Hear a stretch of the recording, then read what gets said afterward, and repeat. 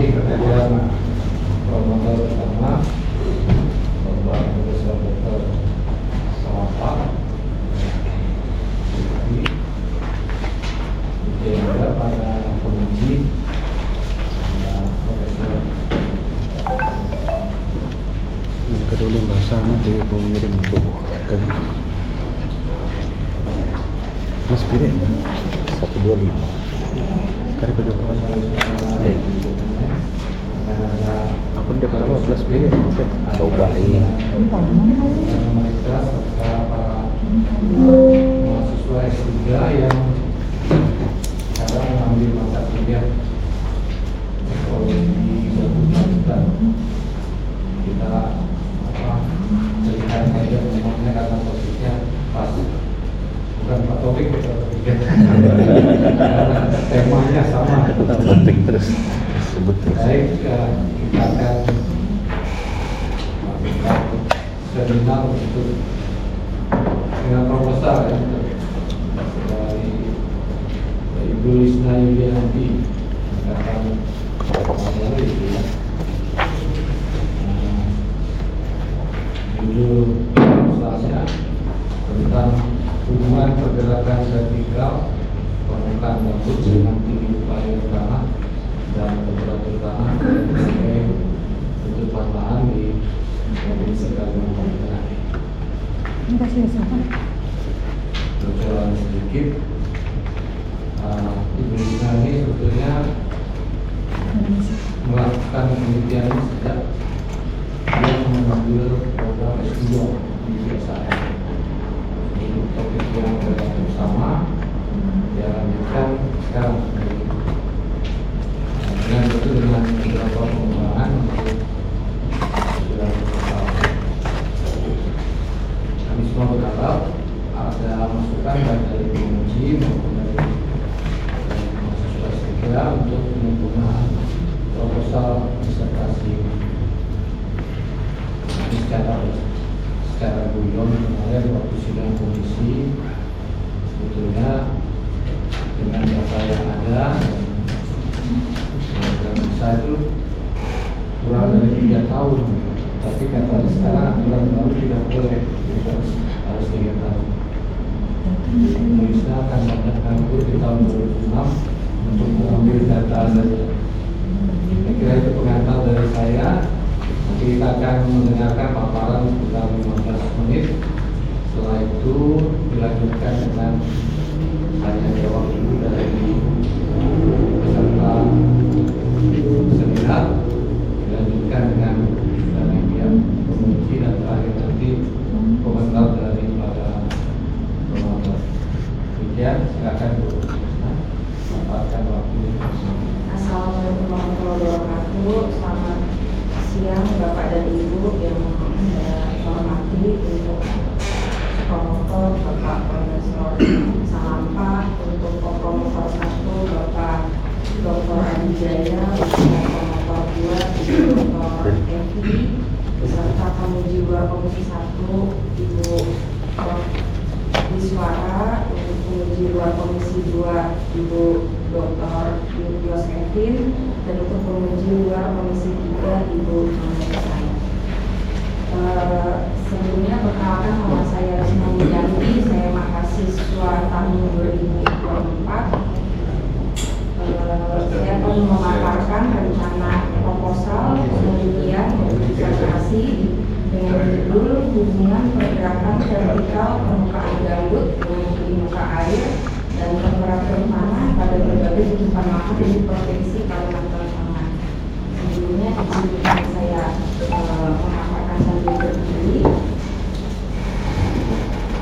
Ya, kita ketahui bahwa gambut memiliki berbagai macam fungsi, yakni pengontrol iklim global, fungsi hidrologinya sebagai pengendali banjir dan penyedia air, karena sifat gambut itu sendiri seperti spons, mudah untuk menyerap air. Selanjutnya, gambut juga memiliki fungsi sebagai penyimpan karbon. Yang keempat, menjaga keanekaragaman flora dan fauna, dan juga fungsi pendidikan dan juga penelitian. Tapi kerusakan gambut itu juga terjadi, salah satunya akibat konversi lahan, illegal logging, kebakaran, dan pembuatan kanal atau drainase. Ini adalah dampak kerusakan gambut. Yang pertama, merusak fungsi ekologi lahan gambut. Yang kedua, menyebabkan hilangnya keanekaragaman hayati. Yang ketiga, melepaskan emisi gas rumah kaca karena kita ketahui gambut itu menyimpan karbon dalam jumlah besar. Yang keempat, meningkatkan laju penurunan tanah gambut atau yang biasa dikenal dengan nama subsiden. Nah, subsiden ini juga berdampak negatif karena dapat meningkatkan resiko banjir dan kekeringan. Yang kedua, semakin tinggi laju subsiden, maka laju pelepasan karbon ke udara juga semakin besar. Nah, laju subsiden itu dapat kita amati dengan pergerakan vertikal permukaan gambut. Jadi ternyata ketika gambut itu mengalami subsiden, gambut itu tidak langsung turun secara konstan. Tapi karena gambut itu sifatnya seperti spons, dia dapat mengembang, mengempis.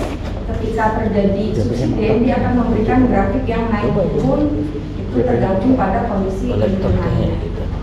Nah, ini dalam hal ini ada 3 parameter pendekatannya untuk kita melihat dari pergerakan vertikal permukaan gambut. Kita menggunakan parameter tinggi muka air atau TMA, temperatur tanah, dan juga tutupan lahan.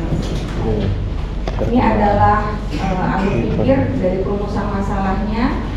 Yang pertama, kerusakan gambut itu salah satu indikatornya adalah laju subsiden yang tinggi. Laju subsiden ini dapat kita amati dengan mengamati pergerakan gambutnya secara vertikal. Nah, pendekatannya dalam penelitian ini kita menggunakan kamera gambut atau kamera selang waktu. Ini adalah 3 parameter pendekatannya, ada tinggi muka air, temperatur tanah, dan juga tutupan lahan. Nah, jadi mengapa kita gunakan kondisi dari tinggi muka air? Karena secara teori, jika tinggi muka airnya rendah, otomatis gambutnya ini menjadi kering. Jika gambutnya kering, maka oksigen itu akan tersedia dengan sangat baik. Ketika oksigen tersedia dengan sangat baik, maka bakteri aerob yang berfungsi untuk sebagai bakteri pembusukan itu akan bekerja dengan cepat. Jika dekomposisi cepat, maka oksidasi gambut itu juga akan semakin tinggi, pelepasan karbon ke udara. Nah, dekomposisi ini juga erat kaitannya dengan yang namanya subsiden gambut. Jadi semakin tinggi dekomposisi, maka subsidennya juga semakin cepat. Untuk temperatur tanah, secara teori jika temperatur tanahnya tinggi, ini biasanya kondisi tanah dalam kondisi kering sehingga tercipta kondisi aerob. Tadi disampaikan kalau kondisi aerob, oksigen tersedia dalam jumlah yang sangat tinggi, maka bakteri bekerja dengan sangat cepat, dekomposisi juga menjadi cepat, lalu terjadilah pelepasan emisi yang ditandai dengan oksidasi gambut, sehingga laju subsidennya itu juga tinggi. Nah, untuk tutupan lahan terbuka secara teori, jika tutupan lahan terbuka, maka evaporasi atau penguapan itu juga meningkat. Jika penguapan meningkat, maka tinggi muka air pada gambut itu turun lebih cepat. Hal ini juga akan diikuti dengan proses dekomposisi yang cepat, oksidasi gambut, dan juga endingnya subsidennya itu akan tinggi. Nah, untuk tutupan lahan ini erat kaitannya dengan kerapatan vegetasi. Nah, hal itu semua itu penting jika kita ingin mengevaluasi restorasi gambut yang telah kita lakukan. Nah, ini untuk pengukuran pergerakan gambut itu biasanya ada 3 cara. Yang pertama itu menggunakan secara manual, ini menggunakan pipa PVC. Cara ini adalah cara yang paling mudah dan alatnya juga mudah yang menggunakan pipa, tetapi kekurangannya peneliti atau pekerja itu ketika lokasinya jauh atau remote itu tentunya akan menghabiskan waktu, tenaga, dan juga biaya. Yang kedua, dengan menggunakan satelit dapat digunakan Citra Sentinel maupun ALOS. Kelebihannya kalau menggunakan satelit itu jangkauannya sangat luas. Tetapi kekurangannya selain mahal, selain itu juga jika menggunakan satelit itu diperlukan data ground truthing atau data validasi di lapangan. Yang ketiga, menggunakan kamera selang waktu. Ini yang digunakan dalam penelitian ini. Kalau penggunaan kamera selang waktu, jadi kamera ini dapat menangkap resolusi dan akurasi ketinggian yang sangat tinggi hingga satuan milimeter dalam kurun waktu setiap harinya. Lalu kita dapat setting waktu pengambilan gambar berdasarkan kebutuhan peneliti, bisa 2 jam, 4 jam, 6 jam, dan seterusnya. Yang ketiga, itu data otomatis tersimpan pada memory card atau USB. Yang keempat, itu memudahkan pengambilan data di lokasi yang sulit terjangkau. Jadi peneliti tidak perlu rutin datang untuk mengambil data, tapi dengan menggunakan internet, data ini dapat dikirim ke user. Ini adalah gambarnya kamera selang waktu. Ini adalah deep well, pipa deep well. Jadi logger otomatis itu dimasukkan ke dalam untuk mengukur tinggi muka air. Yang ini adalah box kamera, ini adalah lensa kamera. Ini dilengkapi warna hijau, ini ada prosesor kecil Raspberry Pi di dalamnya. Ini adalah solar panel, dan ini adalah mistar, dan ini adalah USB-nya. Ini adalah permasalahan yang muncul. Jadi berapa nilai indeks kerapatan vegetasi pada masing-masing lokasi? Ada 4, semak belukar rawa, pertanian lahan kering, lokasi tanah terbuka bekas terbakar, dan hutan rawa sekunder. Yang kedua, bagaimana hubungan antara pergerakan vertikal permukaan gambut dengan pergerakan tinggi muka air tanah dan temperatur tanah pada keempat lokasi tersebut. Yang ketiga, berapa nilai subsiden dari masing-masing lokasi semak belukar rawa, pertanian lahan kering, kondisi tanah terbuka bekas terbakar, dan hutan rawa sekunder. Yang terakhir, bagaimana hubungan antara nilai subsiden dengan nilai indeks kerapatan vegetasi pada 4 lokasi tutupan lahan tersebut. Ini adalah tujuannya. Yang pertama, kita ingin menganalisis nilai indeks kerapatan vegetasi pada masing-masing tutupan lahan. Ada 4, semak belukar rawa, pertanian lahan kering, lokasi tanah terbuka bekas terbakar, dan hutan rawa sekunder. Yang kedua, menganalisis hubungan antara pergerakan vertikal permukaan gambut dengan pergerakan tinggi muka air tanah dan temperatur tanah pada lokasi keempat tipe tutupan lahan. Yang ketiga, itu menganalisis nilai subsiden dari 4 tipe tutupan lahan yang akan kita amati. Yang keempat, menganalisis hubungan antara nilai subsiden dengan nilai indeks kerapatan vegetasi pada 4 tipe tutupan lahan yang akan kita amati. Manfaatnya ini sebagai bahan evaluasi terhadap program restorasi gambut yang telah dilakukan, dan juga sebagai bahan masukan dalam RPPEG KHG.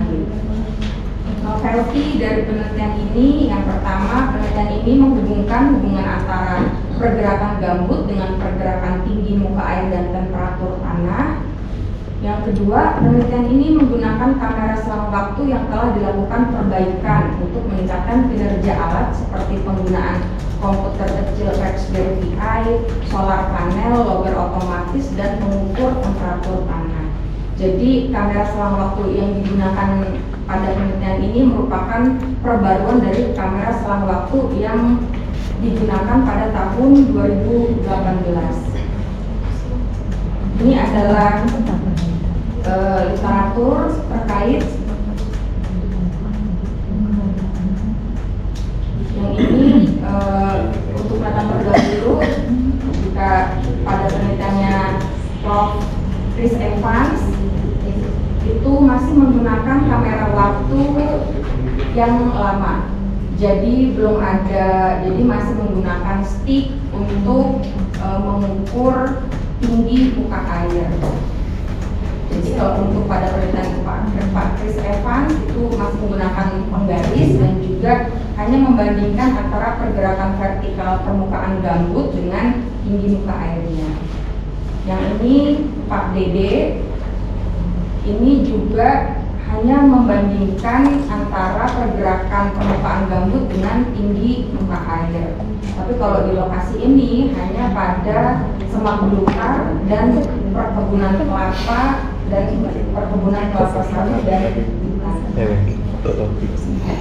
ini yang tadi Pak Adi sampaikan, ini penelitian saya sebelumnya bersama rekan-rekan.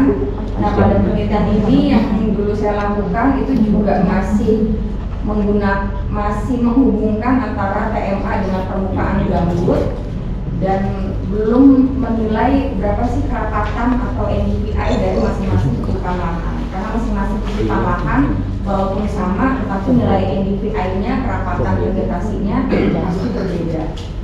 Nah, ini adalah kerangka pemikirannya. Jadi ini ada 3 parameter, lokasi penelitiannya ada 4, pertanian lahan kering, semak belukar rawa, tanah terbuka bekas terbakar, dan hutan rawa sekunder. Jadi 4 lokasi ini itu adalah hasil overlay dengan peta tutupan lahan yang dikeluarkan oleh Kementerian Kehutanan tahun 2024. Jadi setelah di overlay ternyata lokasi alatnya berada di 4 titik tutupan lahan ini. Ini adalah data sekundernya, ini adalah data primernya.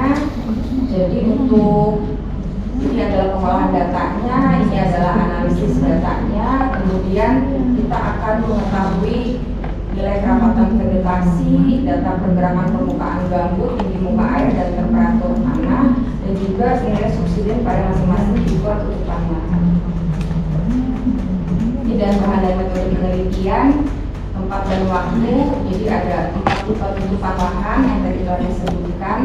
Jadi 3 di pertanian lahan kering, semak belukar rawanya ada 1 lokasi, tanah terbuka bekas terbakar ada 1 lokasi, dan hutan rawa sekundernya ada 3 lokasi. Jadi total kamera selang waktu yang dipasang ada 8 lokasi. Penelitian ini dilakukan di Kota Palangkaraya, Kabupaten Karangan, dan Kabupaten Kolam Besar. Ini dilaksanakannya mulai Oktober tahun 2024 sampai dengan Oktober 2026. Ini adalah lokasinya, 8 alat beserta masing-masing lokasinya. Ada di TK Kembang Nusa, ada juga ada TK UPR Kampangen, dan juga 2 di Taman Nasional Seberang.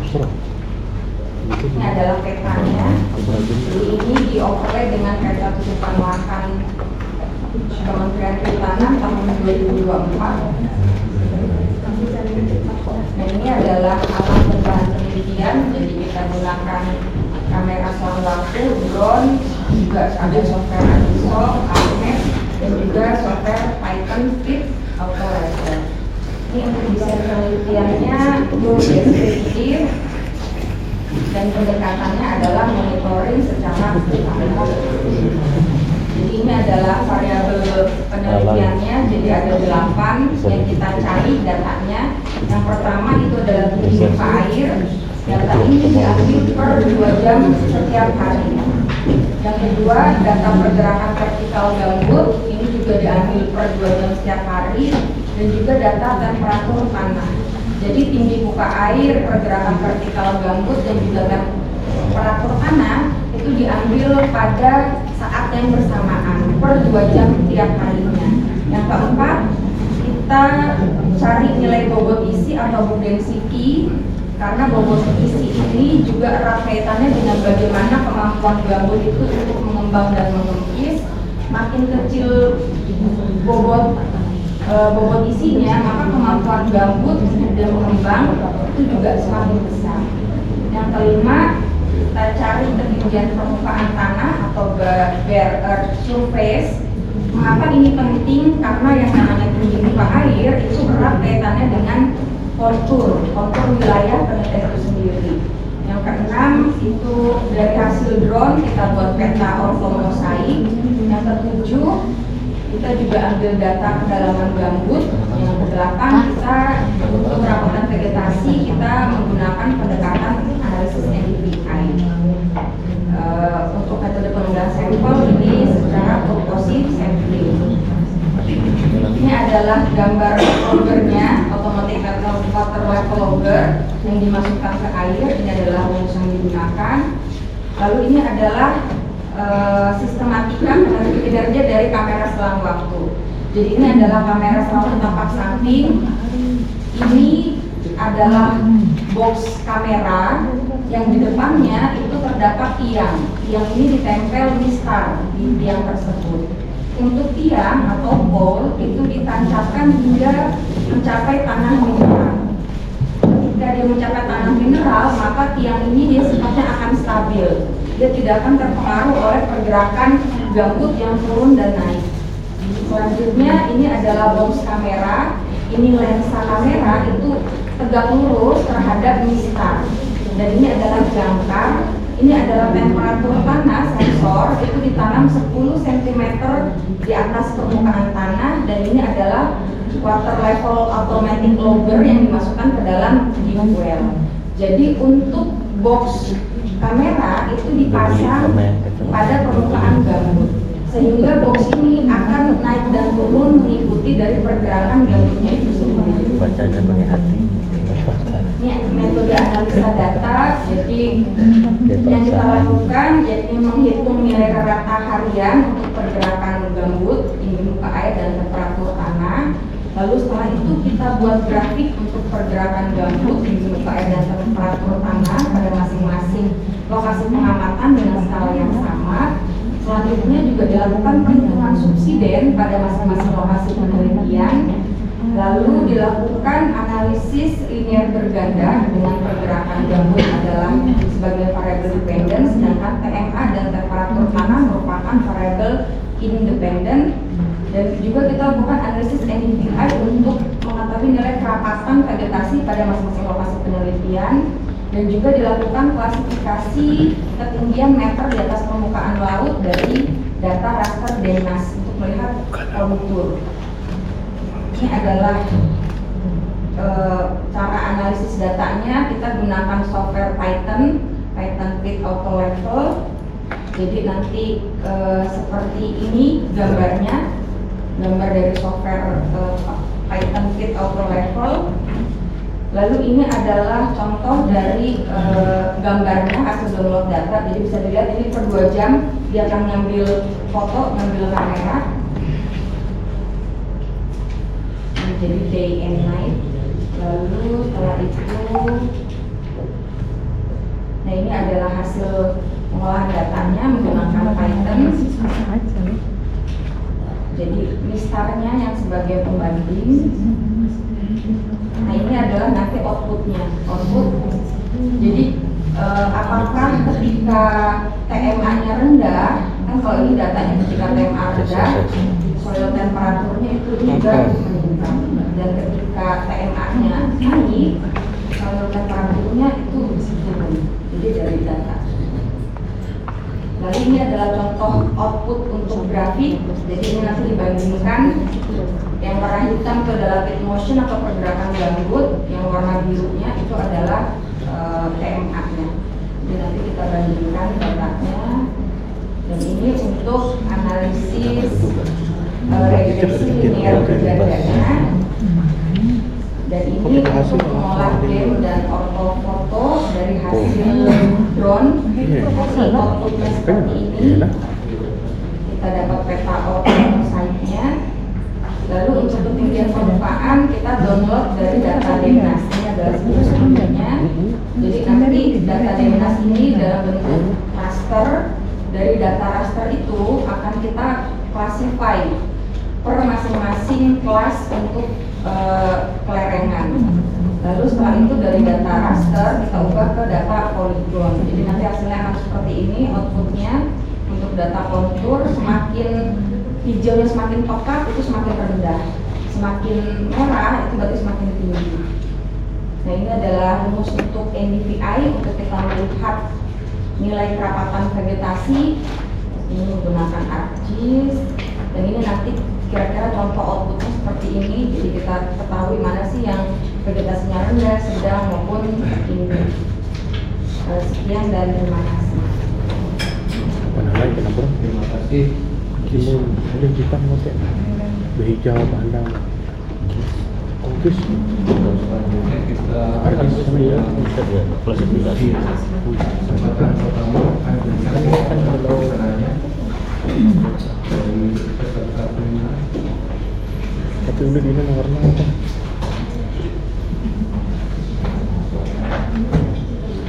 Lengkap kan ini. jadi selesai kayak gitu.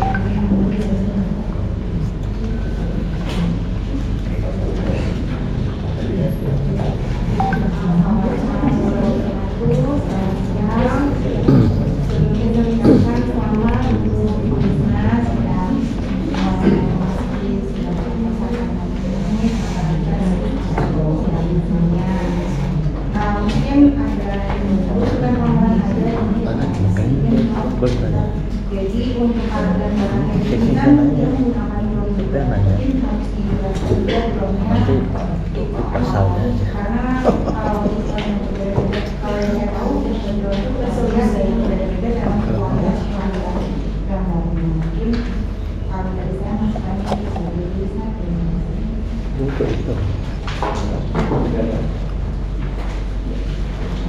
Sekolah dulu coba.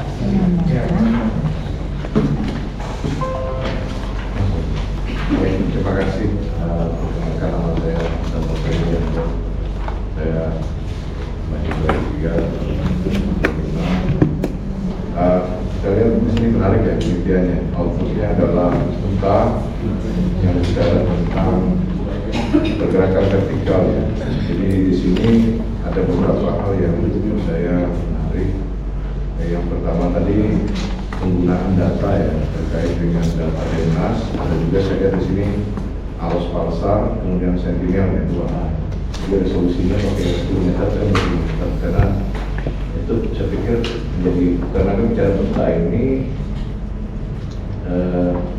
tadi ada saya lihat nanti juga ya.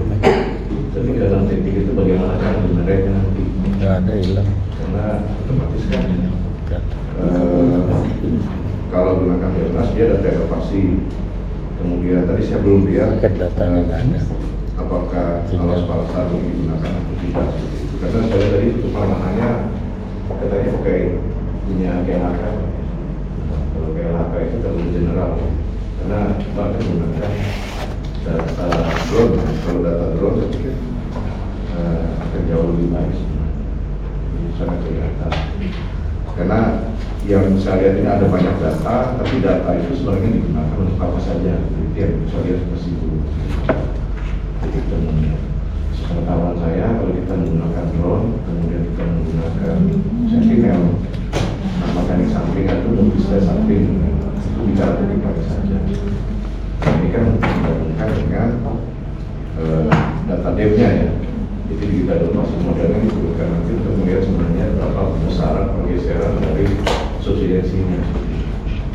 Nah ini skalanya nanti berapa untuk pasukannya. Itu juga menurut saya penting karena kalau bicara peta, kata kunci itu skalanya. Skala itu diturunkan dari data dasarnya. Data dasarnya itu adalah kita satelit yang digunakan, resolusinya berapa, kemudian integrasinya dengan data Denmas atau dengan data arus palsar. Maksudnya saya ada tentang arus palsar tapi di dalam flow chat tadi nggak saya lihat posisi sebenarnya kalau hanya bicara Denmas saja kan cukup Denmas karena arus palsar itu sebenarnya diolah di dalam Denmas. Di dalam Denmas ini kan resolusinya meter ini itu juga bisa. Kemudian bagaimana saya mau lihat metode seperti apa pastikan antara bagaimana melihat subsidensi itu dilihat dari perbedaan data. Kalau citra biasanya ada dua titik perekaman. Kalau ini 2 tahun saya lihat ini oke menggunakan data dua data yang berbeda. Kalau Denmas tahu saya hanya satu sheet satu. Tapi kalau ALOS palsar bisa jadi kalau di sumber datanya ada dua titik waktu 2 periode. Sentinel juga 2 periode. Jadi saya pikir menarik Pak penelitian sebenarnya luar biasa menurut saya banyak. Selain itu juga tadi yang tertarik saya yang NVIDIA ini kan bicara interpretasi di Jawa. Nah, kira-kira apa relevansi yang saya belum lihat ada sebenarnya relevansi penggunaan interpretasi di dalam melihat subsidensi itu apa sebenarnya yang mungkin mau diborong itu saja Pak. Terima kasih.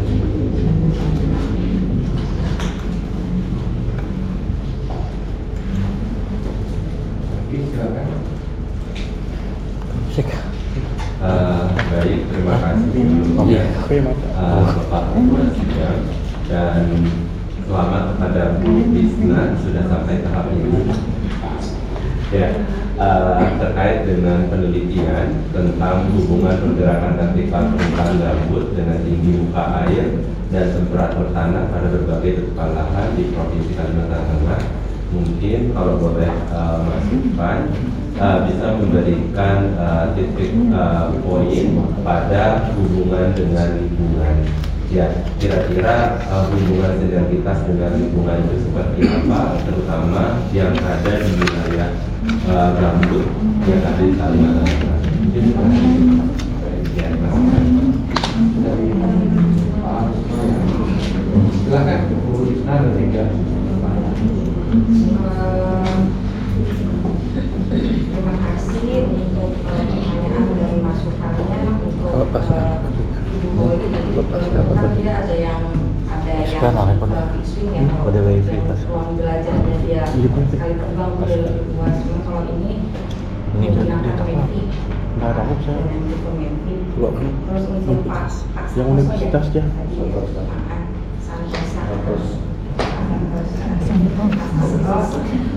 Jadi yang tadi yang disampaikan untuk data Deknas, jadi kan data Deknas ini kan integrasi antara Desar sama Interasar dan Alos Palsar.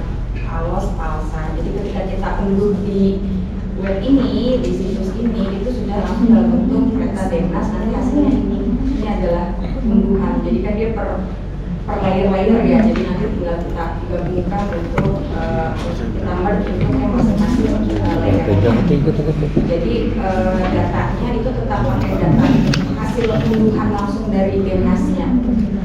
Jadi sudah langsung jadi bentuk yang raster dari Deknasnya.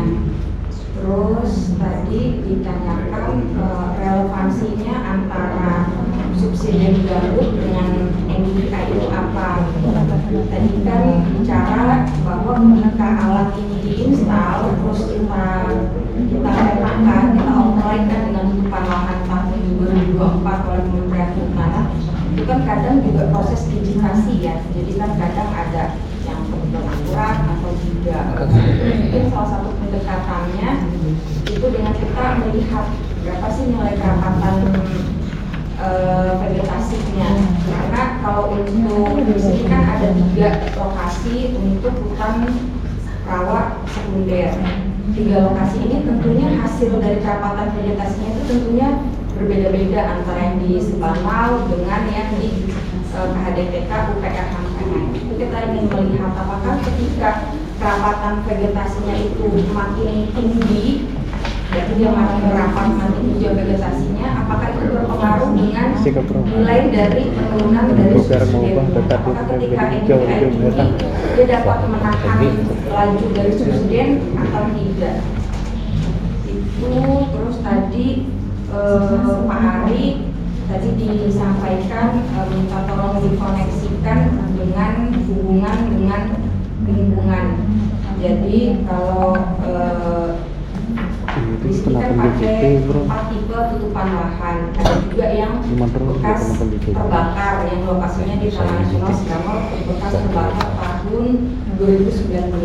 Jadi kita ingin melihat bagaimana trennya. Apakah ketika bekas terbakar, apakah laju subsidi itu akan pergerakan gambutnya itu akan terus turun atau dia terpengaruh atau tidak? Kita bandingkan dengan lokasi tipe hutan, semak belukar dan lainnya.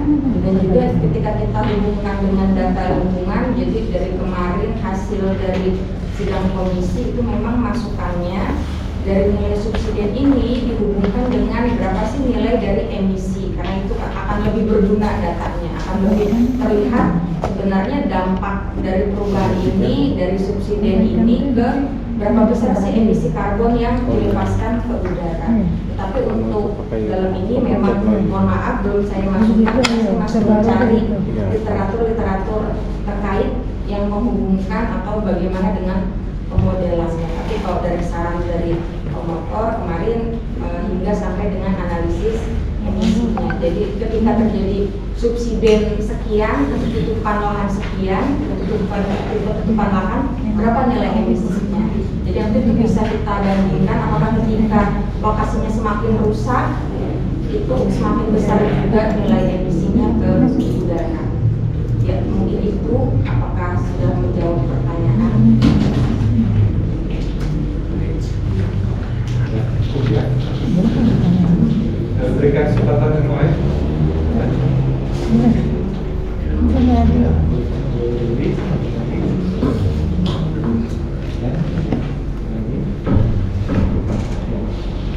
Silakan Bu. Ya, terima kasih ya tadi. Untuk yang novelty 2, kami masih baru ini ya Pak ya. Untuk yang kata-kata perbaikan itu, apakah itu kamera selangnya itu dari punya orang, terus dimodif dengan meningkatkan kinerjanya, atau kamera itu kemudian diperbaiki karena kata-katanya perbaikan di sini. Nah, yang terbarukan dari punyanya Bu Lisna yang mana? Jadi poin 2-nya. Ya. Dengan Ibu siapa Pak? Ibu Dewi Sarsudi.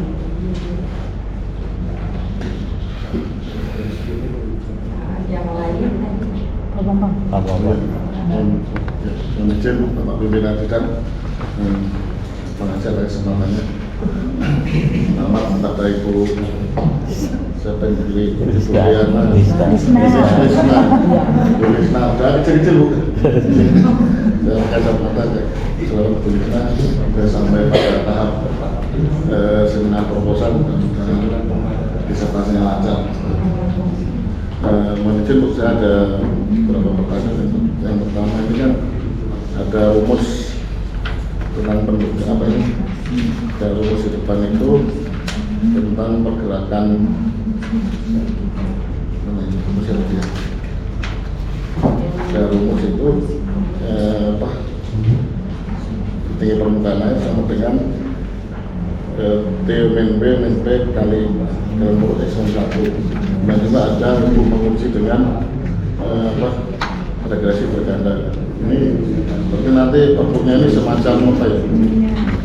Semacam model pendugaan atau mau menguji model-model. Artinya ada beberapa rumus yang diuji, kemudian itulah yang terbaik. Atau ini hanya mau membuat model pendugaan gitu. Artinya nanti ketemu hubungan antara variabel dependent dengan variabel independent. Nah, maka nanti akan outputnya itu semacam model pendugaan atau hanya mengetahui saja. Bahwa ini hubungannya searah, ini hubungannya balik arah. Atau nanti outputnya berupa tabel pendugaan. Kalau jadi apa? Kalau variabel dependennya itu sekian, maka dibuka sekian. Itu maka outputnya ke sana atau hanya menguji hubungan saja. Kalau menguji hubungan saja, saya kira terlalu sulit. Kemudian kalau misalnya ini juga apa menguji model-model, artinya ini ada beberapa rumus tentang apa ya pergerakan pada air. Ada beberapa rumus tentang WTD, DMA. Nah ini ada beberapa rumus. Nah ini kan perlu lihat penelitian terdahulu. Apakah ada rumus sehingga menguji beberapa rumus, kemudian rumus yang terbaik itu saya kira dari salah satu berarti. Kemudian yang kedua, ini kan menguji pakai regresi berganda. Mau izin ini kayaknya belum ada hipotesisnya. Nah, hipotesisnya apa? Kemudian apakah ini apa? Terus saya kira dengan hipotesis. Karena ini kan menguji hubungan. Nah, tapi pada bahasa harus menduga dulu hubungan ini dengan ini teratur adalah beban positif. Kalau ini dengan ini adalah berpengaruh. Nah, diuji pada regresi berganda ini dan apa istilahnya kenapa menggunakan regresi berganda gitu? Apakah tidak ada yang lain? Terima kasih. Baik Bu. Terima kasih Ibu Dewi. Jadi kalau tadi novelty-nya dengan yang poin kedua yang penelitiannya Pak Dede itu, jadi sebenarnya alat ini kan kerjasama antara UPR dengan UPJ. Kebetulan saya diberikan kesempatan untuk ikut dalam riset ini riset ini.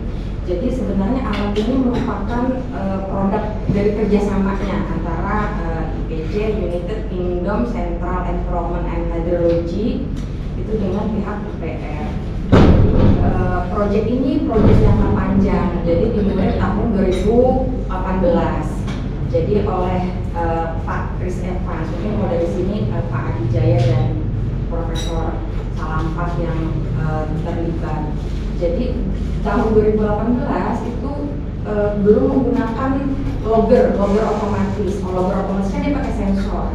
Jadi mengukurnya itu masih pakai mistar. Mistarnya itu ditaruh di dalam pipanya.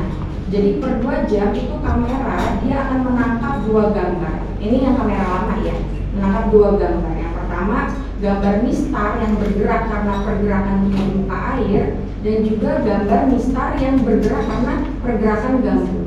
Tetapi ketika kita mengolah data, tantangan terbesar jika menggunakan cara manual stick untuk dicemplungkan untuk mengukur TMA, itu pergerakannya fluktuatif sekali. Jadi ketika kita menggunakan software Python untuk kita mengolah data itu data outliernya itu juga tinggi karena fluktuasinya cepat sekali. Beda dengan data gambut. Jadi data outliernya tidak begitu besar sebesar data dari pergerakan tinggi muka air menggunakan stick foto. Makanya itu dilakukan perbaikan dengan menggunakan logger. Jadi kalau logger ini kan dia pakai sensor, jadi foto dari kamera itu dia fokus hanya memfoto pergerakan gambutnya saja. Tapi untuk data tinggi muka airnya itu dia sudah diambil menggunakan logger otomatis seperti itu. Jadi sebenarnya ini alat yang saling berkesinambungan dan diawali dari tahun 2018. Kebetulan saya mengolah data ini dari tahun 2022. Sudah jelas itu yang ini. Ya mungkin karena perbaikannya apakah penambahan atau pembaharuan gitu. Oh mungkin Kalau perbaikannya seolah tidak ada penambahan. Oh ya mungkin penambahan ya, karena ada solar panel, terus ada juga penggunaan internet. Terima kasih. Lalu untuk Pak Bambang, jadi ini Pak Bambang ini sebenarnya ini merupakan rumus ini rumus baku. Jadi ini adalah deep well, pipa yang dimasukkan ke dalam tanah. Deep well ini dicemplungin sama logger, automatic water level logger. Loggernya otomatis. Dia akan mengukur sensor dari si air. Oleh karena itu rumusnya ketika kita mencari water table dynamic atau tinggi muka air, itu T itu adalah ketika logger dicemplungin dia tuh ada kabelnya. Makanya T ini adalah panjang kabel yang diambil dari data pengukuran di lapangan. Berapa sih panjang kabelnya? Kabel sampai nyemplung ke bawah nih loggernya, yang orientannya loggernya. Lalu dikurang W itu tekanan air atau water pressure-nya. Ini berapa nilainya? Dari hasil sensor. Kalau T-nya di W-nya di sini, airnya di sini, otomatis nilai W-nya adalah segini. Lalu P-nya itu adalah panjang pipa di atas permukaan tanah. Ini adalah tanahnya. Ini adalah P-nya. Jadi kalau rumus ini udah nggak perlu diuji lagi karena memang ini rumus cara mencari berapa sih data tinggi muka air yang dikirim oleh data logger. Jadi data logger itu dia akan ngirim data, ada water pressure, terus ada juga berapa sih kondisi baterainya, berapa sih kelembapan alat itu ada dalam data CSV yang dikirimkan oleh alat ini. Dan per 2 jam itu dikirimkan menggunakan internet jika internetnya bagus. Tapi kalau tidak bagus, data itu tetap tersimpan di USB dan juga di memory card. Terus tadi yang detail adalah melihat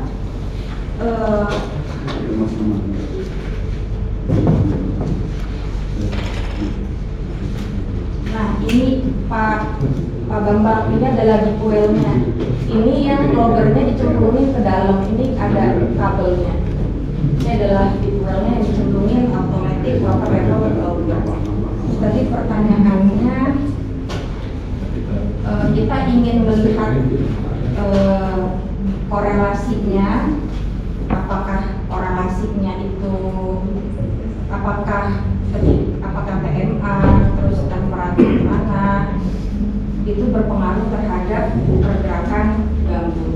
Karena kalau untuk penelitian sebelumnya itu tinggi muka air itu pengaruhnya besar terhadap pergerakan gambut. Jadi dari data penelitian hasil publikasi yang ini yang saya lakukan bersama rekan-rekan, jadi saya coba pisahkan mana lokasi yang dia selalu kering sama lokasi yang dia sering tergenang. Ternyata ketika lokasinya kering, nilai M-nya itu dia lebih besar. Berarti kan korelasi antara tinggi muka air dengan pergerakan permukaan gambut itu juga sangat erat kaitannya.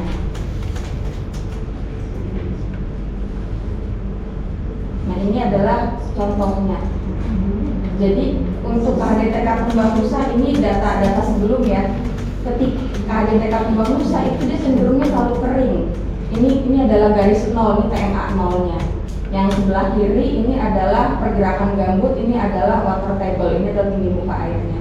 Ini bisa dilihat, ketika dia kondisinya itu dia selalu kering, pergerakan gambutnya itu fluktuatif mengikuti pergerakan tinggi muka air.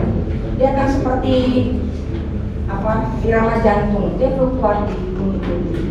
Tapi untuk lokasi repeat, di mana dia mengalami fase tergenang, yang ini di atas 0 tinggi muka airnya, itu pergerakannya tidak sefluktuatif mengikuti tinggi muka air. Jadi kita lihat itu. Dan kalau untuk temperatur kan memang belum dilakukan, makanya salah satu novelty-nya adalah melihat ini. Dan untuk permodelan itu nanti kedepannya untuk seperti request dari Bapak promotor itu menghitung berapa sih estimasi dari pelepasan karbon ke udara dihubungkan dengan nilai subsidinya. Dan untuk hipotesis ya mohon maaf nanti akan saya lengkapi lagi. Terima kasih untuk masukannya. Nanti akan dilengkapi lagi untuk hipotesa. Cukup dulu ya dari kita. Kita sekarang lanjut ke komisi dari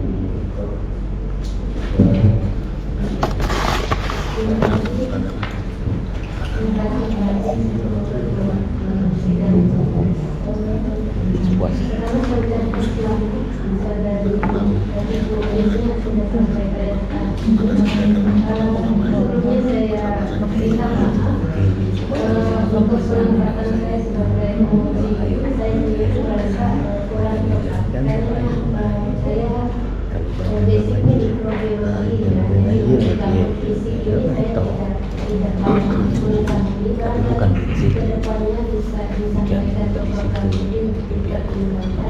Karena saya tidak banyak bisa memberikan kontribusi terhadap fisik. Namun saya hanya memberikan masukan secara umum terkait naskah yang ditulis ini. Ada beberapa hal yang akan coba saya komentari terkait struktur data, rumusan masalah urgensi, rangka berpikir dan kaitannya dengan kategori level 9 program faktor. Dan kalau kita melihat dari naskah yang dibuat ini, dan juga mungkin karena memang saya tidak banyak menguasai, saya sangat sulit untuk mencari kesalahan apa. Di halaman berapa saya bisa menemukan masalah dari latar belakang yang dibuat. Setahu saya, apalagi di tingkat disertasi, itu strukturnya itu alinea awal itu sudah terlihat permasalahan yang didukung dengan data, apapun itu. Nah, permasalahan itu baru kemudian diikuti dengan paragraf berikutnya adalah solusi umum. Solusi umum itu artinya apa hasil-hasil penelitian terkait yang telah dilakukan untuk mengatasi permasalahan yang ada.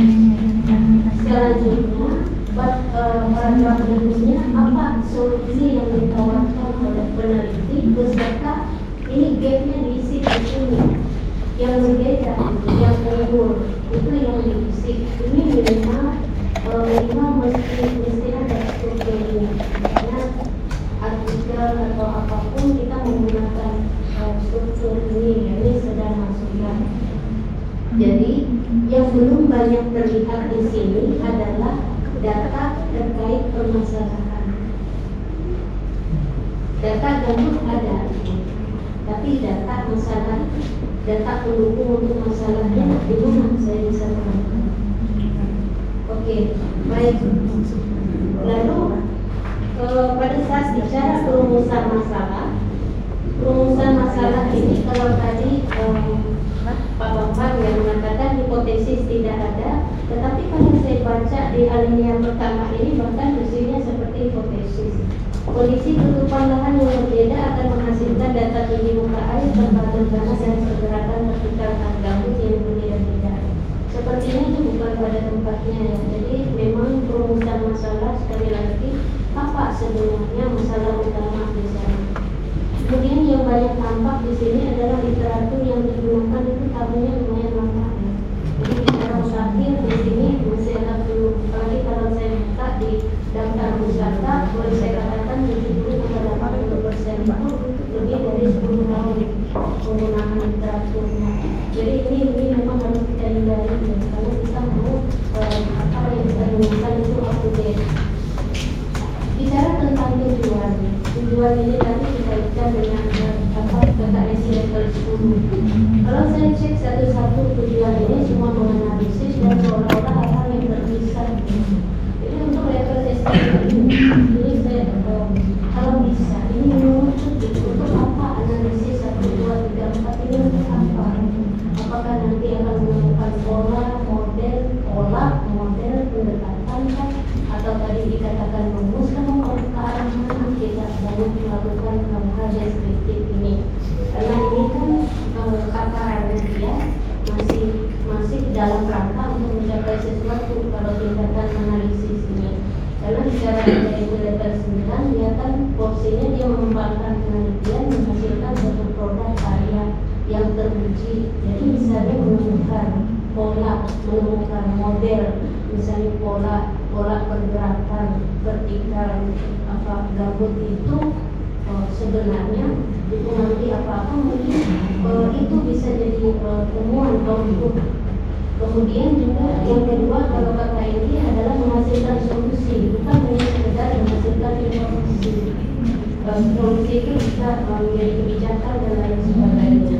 Oke, baik. Selanjutnya bicara novelty.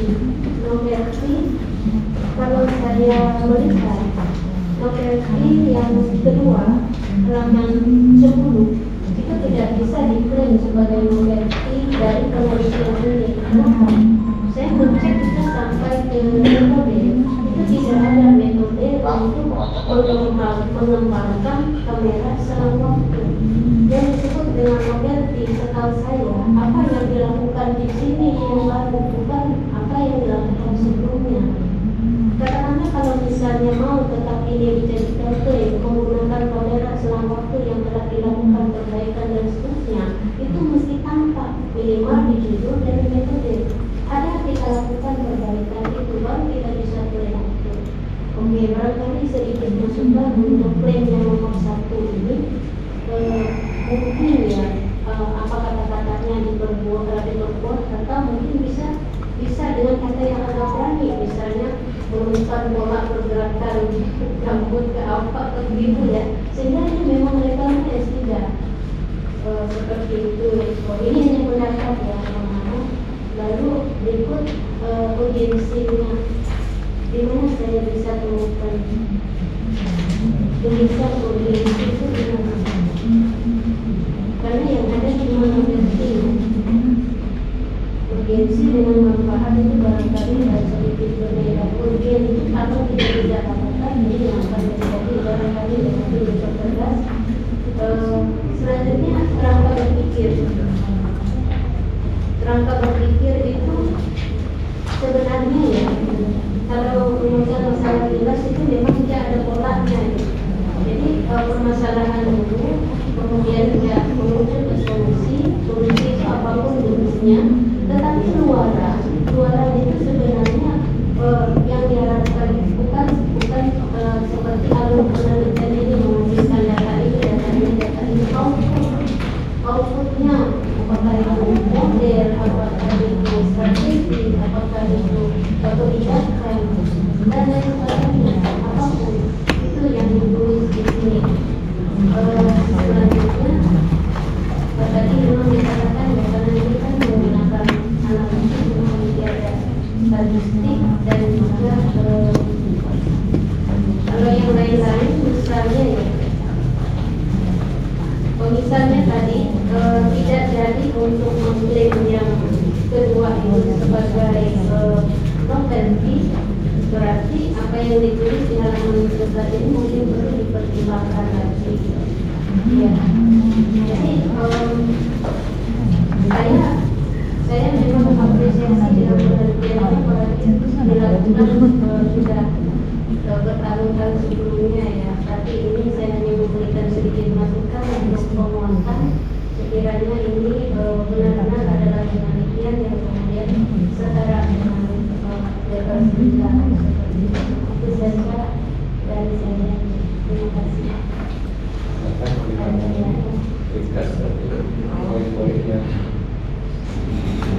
Ya, baik Ibu, terima kasih untuk saran dan masukannya, terutama untuk penguatan untuk penulisan pada proposal yang saya buat. Terus Ibu terima kasih banyak, akan coba saya perbaiki agar lebih muncul. Terus ketika kita bicara output, bukan bicara output data, tapi apa produk dari hasil itu apa, nanti akan coba saya perbaiki itu beserta untuk yang ujiannya selama belum ada. Jadi Ibu terima kasih banyak untuk masukan dan sarannya untuk penulisan proposal.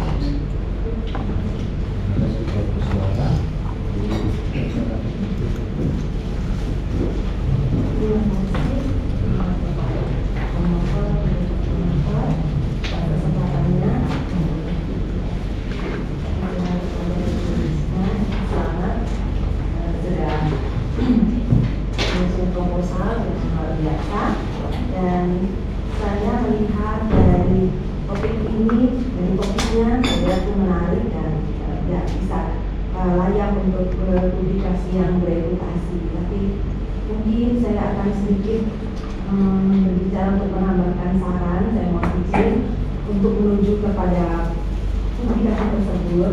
Ya, ada beberapa catatan karena mungkin dari metode atau perlakuan di lapangan Bu Risma sudah terbiasa, tetapi kita juga sebagai S3 harus bisa ada seni dalam menulis, jadi menuangkannya itu halus ya, jadi tidak gitu kan, jadi halus gitu, jadi dari awal dari latar belakang, karena latar belakang kan seperti tadi dikatakan Prof. Sarah adalah awal mulai kita untuk berlarinya.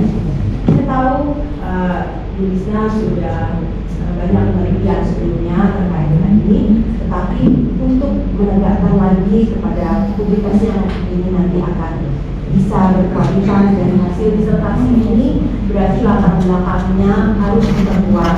Yang tadi dikatakan oleh Prof. Sarah, ini memang benar dari isu yang ada di situ sudah terlihat ada urgensi global, tetapi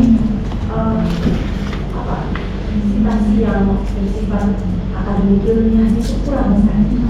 Jadi apa ya, itu nanti bisa dicari. Jadi ada saya contohkan di sini ya, contohnya gitu. Nah kemudian dari problem yang bicara dekomposisi dengan baik dengan water level, water table, temperatur, subsiden itu sudah ada. Kemudian masalah dan tujuan juga oke. Tetapi untuk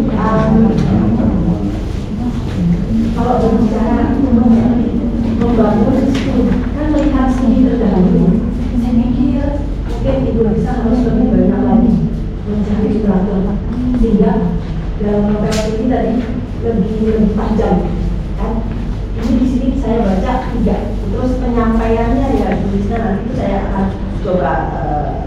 lagi lebih halusnya cerita penyampaiannya dia pembaca bisa langsung enak gitu melihatnya, karena terus terang saja waktu saya membaca dari latar belakang itu ada beberapa lembar sampai 5 lembar, akhirnya saya gagal fokus. Gagal fokus walaupun dari awal-awal sudah tercerita, tapi karena tidak runut dan tajam menurut tadi itu akan menyebabkan kita gagal fokus. Nah oke, jadi kan Bu Risna sendiri kebingungan akan melihat novel ini daripada apa yang sudah Bu Risna bangun gitu kan. Jadi di sini Bu Risna perlu menampilkan critical appraisal literatur, karena kita banyak membaca tadi, kita bisa tahu reviewnya itu gimana. Itu Bu Risna. Jadi kalau misalnya tadi kita bercerita hubungan temperatur, water table, subsiden, itu apakah ada perdebatan teoris? Nah, di situ kan nanti Bu Risna bisa hadir. Di situ saya di mana posisi saya? Nah, dia paham ya, di situ ya. Nah, disitulah kekuatannya kan, begitu. Kemudian, jadi kalau saya lihat sekilas gitu, novelty yang dihasilkan oleh Bu Risna ini hanya menggabungkan beberapa variabel dan penggunaan alat baru, gitu kan? Kalau penggunaan alat baru, rasanya bukan itu, tapi ada saya yakin yang lebih tajam daripada itu, yang harus dicari secara lebih detail melalui artikel-artikel yang bisa baca dengan bahan-bahan yang sudah kita peroleh tadi. Apa di situ? Nah, itu bisa dicoba ya, gitu ya. Nah, kemudian tadi berbicara hipotesis yang memang perlu hipotesisnya terkait karena sudah banyak sekali penelitian tentang ini ya. Kecuali penggunaan tadi kamera selang, ada beberapa juga saya pernah baca. Nah, itu sudah banyak keterkaitan itu, jadi nanti hipotesisnya bisa dilihat. Ini ada contoh beberapa citasi terkait misalnya. Kan Bu Risna ini masih pakai yang agak lama gitu ya. Jadi di sini ada kok saya coba lihat misalnya effect of land management. Nanti untuk keterkaitan masalah tutupan lahan, ya itu ada diskusi di tahun 2022 juga. Nah sekarang Bu Risna coba memakai grand teorinya itu yang pertama masalah eco-hydrological, ya jadinya eco-hidrologi di lahan gambut. Di situ nanti akan kelihatan bagaimana Bu Risna bisa mengetahui proses fisik baik itu subsiden sampai dengan pengaruh thermalnya itu ke ekomposisi. Dan saya terus saya kasihnya lihat itu dari teorinya itu. Kemudian nanti itu misalnya saya kasih contoh ya, principle of hydrological management of hydrological inlet. Dan di situ banyak ya. Nah, kemudian teori tentang sifat daripada dasar gambut itu sendiri supaya nanti bisa ditambahkan, bisa kelihatan ya. Kemudian ada teori subsidennya juga bisa dimasukkan di situ. Dan ini banyak loh sebenarnya, ada artikel dari Susan Fitch banyak sekali dia tentang water table dan lain faktor itu ya. Ada jadi Bu Risna mungkin harus membahas juga karena saya melihat penutupan lahannya itu kan ada, jadi harus belajar masalah soil microclimatnya, gitu kan? Karena kan itu akan mendukung di teori latar belakang berdirinya.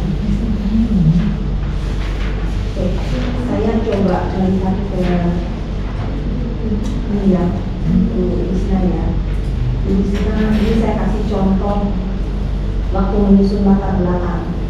Di sini Bu Risna ini panjang nih ya, di paragraf 1, paragraf pertama, kemudian yang kedua paragraf. Secara umum itu rasanya kurang halus ya Bu Risna ya. Jadi kalau nanti Ibu dapatkan artikel yang terkait masalah tersebut, ini ada saya kasih tanda-tanda di sini. Itu Ibu bisa menceritakan seperti apa kondisi global dan isu yang tadi booming saat ini ditujukan dengan peralatan itu. Kemudian dia akan seperti apa? Akan seperti apa? Jadi bisa menjawab apa, mengapa, bagaimana. Ya. Terus apakah Ibu Risna ini waktu menulis ini nggak terasa kaku-kaku nggak waktu nulis? Tiba-tiba titik ya ada kata ini. Oleh karena itu, misalnya kalau di SPOK itu nggak begitu Bu Risna ya. Ya, jadi ini saya berikan tadi. Mungkin ada beberapa gitu ya, saya kasih contohnya seperti itu. Dan banyak sekali statement-statement yang dibuat oleh Ibu Risna. Nah, kita nggak mungkin ya itu pasti banyak dibantu AI. Tetapi AI itu hanya membantu kita untuk ide berpikir. Selanjutnya adalah kita yang mengendalikan gitu. Jadi untuk memperhalusnya bisa ibu dengan tambahkan di dalam formnya itu mungkin ya bisa jadi dengan berbagai penelitian yang pernah ibu baca kan, jadi bisa ibu supaya nanti hasilnya itu lebih halus gitu maksudnya, dan hasil waktu membacanya itu enak alurnya bu gitu. Kan ini kan ada yang tiba-tiba merujuk besar lagi, merujuk besar lagi. Terus kepentingannya itu di mana? Tidak, nilai pentingnya itu tidak ada gitu ya. Nah kemudian ini beberapa kalau dari penulisan itu saya masukkan di sini, sudah saya tulis ya. Sekarang metode. Kalau di metode itu saya ini kalau melihat gambar-gambarnya ini karena dulu saya masih tahun 2015 juga mengumpulkan air tanah, tapi kan saya tidak pakai logger, jadi yang manual masih ukur gitu dengan masyarakat di lahan. Nah ini saya kalau dulu menggambarkan posisi pemasangan pipa. Nah kalau tulisnya saya tidak tahu apakah kalau saya begini saya nggak tahu ini nanti kalau di lahan yang berbeda-beda ini pemasangannya di mana, mungkin ada baiknya kita membuatkan suatu deskripsi di mana peletakannya seperti itu atau bagaimana lah bisa menceritakan sehingga kita tidak bingung yang tahu gambar-gambarnya ini bukan alat-alatnya saja, tetapi kalau dulu nih saya kan karena analisis vegetasi jadi saya tahu di bawah inilah saya serahkan dan bisa melihat kenapa gitu ya. Kemudian ini bisa saya juga mau bertanya ini, kan tadi ada 4 tutupan lahan yang ini misalkan ya apa ya, dari pertanyaan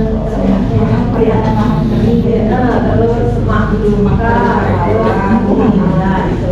Nah ada 4 ini tulisnya mengambil ini sebagai komposisi bisa mewakili apa kriteria dan sehingga kita biasanya harus punya alasan gitu ya. Saya menggunakan berbeda karena saya begini karena begini kalau dari sini kelihatan di gambar ini merah, hijau dan sebagainya. Tapi harus ada hubungan ilmiah bu, karena penelitian ini kan yang berbicara adalah hubungan ilmiah. Sehingga untuk kita menentukan kriteria penentuan urutan lahan kita mantap gitu ya, berbeda, pasti berbeda nih. Jangan sampai dari 4 ini tidak disamakan untuk apa gitu kan. Gitu. Kemudian saya NDVI, kalau saya kan dulu kan manual dan lapangan ya, ini saya NDVI memberi gambaran vegetasi secara global dan bisa mengunduh ya. Ini tapi saya lihat kekurangan sensitivitas variasi sensornya itu juga apa ya, sudut pandangnya dari satu itu agak kurang. Nah itu menyiasatinya seperti apa, dengan ya menyiasati kondisi sensor itu seperti apa. Kemudian ini tadi selain kriteria itu ibu bagaimana bisa tahu kalau ini vegetasinya ini nanti kan diambil pada saat itu kan, apakah ibu nggak khawatir ada perubahan kalau ini diambil tidak prosesi nomor gitu. Artinya itu dia itu harus ada data sejarah lahan gitu. Karena kalau itu saya pernah ambil data itu biasanya setiap land use systemnya itu ada sejarah yang menceritakan pola pemanfaatan lahannya. Misalnya yang tadi terbakar, yang terbakar itu apakah dia pernah terbakar berulang atau saat itu pernah terbakar? Karena kan berbeda nanti kondisi vegetasinya, gitu ya, ya seperti itu. Kemudian kamera ini bu, saya tanya, ini kamera, ini saya juga ada beberapa penelitian pernah saya baca kamera ini. Bu itu kalau ibu pasang di situ tuh ada berapa banyak itu tidak pakai cadangan? Cadangan apa tuh maksudnya? Cadangan kameranya atau bagaimana kalau itu misalnya ada sesuatu gitu. Mungkin perlu ya itu dideskripsikan juga ya, sehingga bisa terkontrol hal-hal yang mungkin harus dikondisikan bisa terkontrol, ya. Karena kayak saya waktu IPA juga itu bisa kadang mengalami kerusakan, waktu menebas-nebas kena tebas, ya udah saya kan harus bolak-balik lagi kan ngurus begitu. Sedangkan itu data nggak boleh terhenti, jadi kemudian Bu, tadi saya itu dengar Ibu membicarakan mengenai dekomposisi terkait bakteri. Apakah itu tidak, yang itu silahkan didiskusikan, bila itu karena terkait waktu, metode yang lain juga, kemudian kan harus menelaah lagi gitu ya. Itu apakah dimungkinkan untuk penelitian biologi tanahnya? Karena nanti akan berbicara tentang dekomposisi kan Bu, ya gitu ya.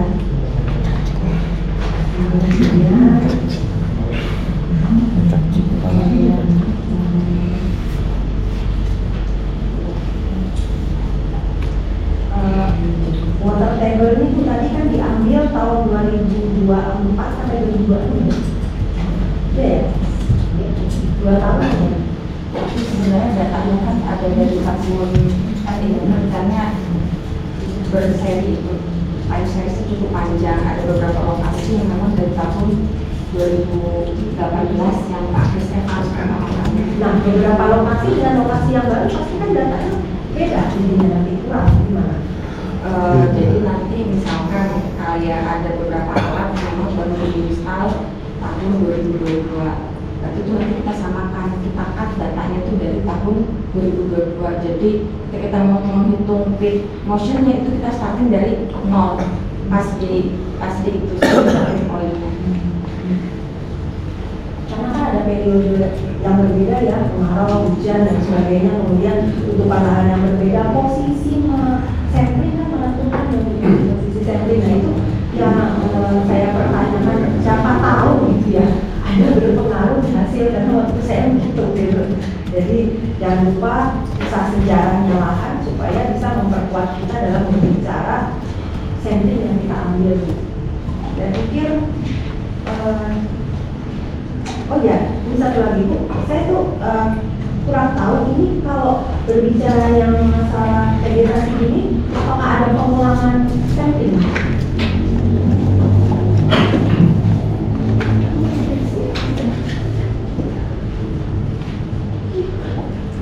Gitu ya.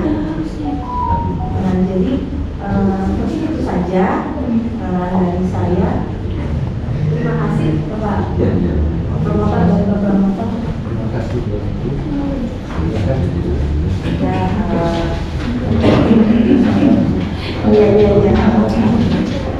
Ya, terima kasih Ibu Josephine untuk saran dan masukannya. Memang banyak masukan terkait untuk penulisannya. Jadi memang saya akui beberapa tahun ini memang saya banyak fokus untuk mengolah data. Datanya sangat banyak sekali. Satu hari itu kita dapat 12 data. Data DNA, foto. Jadi memang saya banyak fokus di pengolahan data.